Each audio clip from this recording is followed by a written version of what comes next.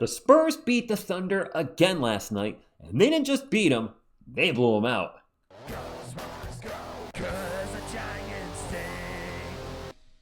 What is up, San Antonio Spurs fans? Welcome to TSR Sports. Hope you're still riding high off of that big win last night. I know I am. And our Spurs are playing such good team basketball that I want to share an article I caught from MSN that talks about that and confirms that. Let's just get into it.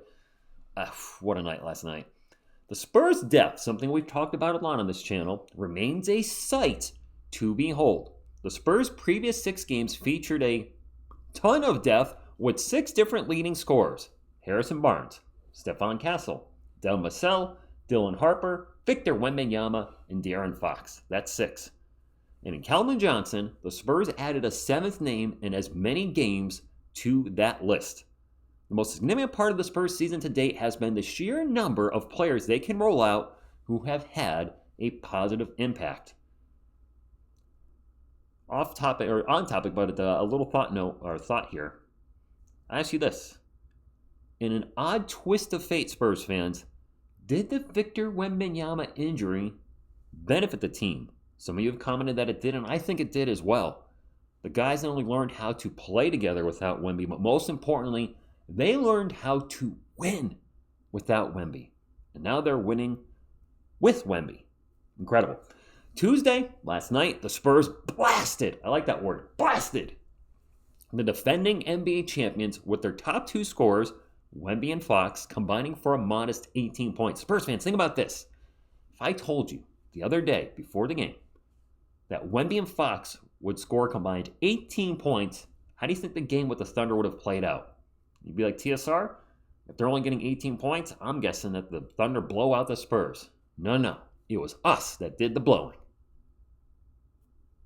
All right, up next, let's get into the game log here for our San Antonio Spurs. And there it is, confirmed. And yes, by the way, I removed the Knicks game here from the schedule. It does not count towards the standings, towards streaks, towards points, etc. So we are officially on a 7-game winning streak. That is the longest winning streak in this channel's history. And as you can see, a different leader every game. Barnes, 24. Castle, 30. Vassell, 23. Harper, 24. Wemby, 26. Fox, 27. Johnson, 25. How many NBA teams that are good can say they've had somebody lead the team that many different nights? I mean, if you don't know, you look at the points, the rebounds too. And you can't see it because I'm blocking it with my big old head. But the assists, look at this. Rebounds aren't always the same guy. Assists aren't always the same guy. This is team basketball. This is Spurs basketball. And we've been waiting a long time for this. We've been waiting what feels like eternity, 6 years, because we had the 6 losing seasons in a row when this channel ironically started. And now in year number 7, at least for me, finally, the Spurs are playing like our Spurs. As we pull up the standing, Spurs fans, there we are, all by ourselves, alone in second place. The Spurs have the longest win streak in the Western Conference, actually I believe in the entire NBA, at 7 games in a row. They have the best record in the last 10 games at 9-1. And I did the math, grabbed the calculator, took 76% and times it by 82 games. We're on pace for about 62 wins. 62-20, Spurs fans. Can you imagine that? At the start of the season, I said 50 wins in playoffs. I was way off because the Spurs, like the title of the video, are way ahead of schedule. In 60 wins, and at least Western Conference Finals seems very possible. Dare I say, even likely. And if they get that far, there's only one thing left to do. Win the whole thing. And I think they can. I truly, after watching last night, I know they have struggled with the Warriors. They have struggled with the Suns. But with this team fully healthy, and Wemby not even starting, by the way, yet, I don't think there's any team in the NBA they can't beat. And one of the things that there was a little pushback on is, TSR, I don't think the Spurs can beat the Thunder in a 7-game series. Well, they're up 2-0 right now. I think they can. I absolutely think they can.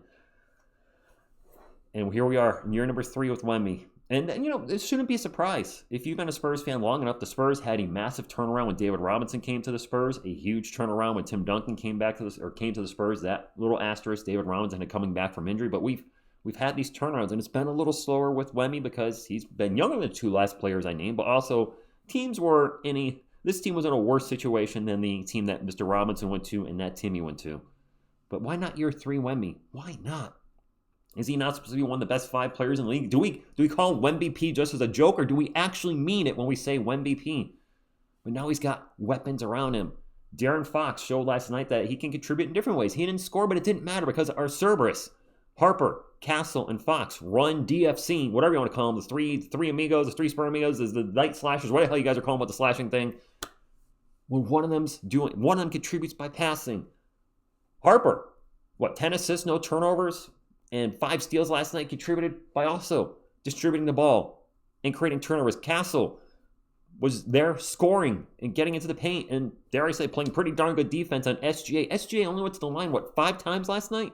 The Thunder as a whole went to the line 8 times? And I think that was also the blueprint in Game 1.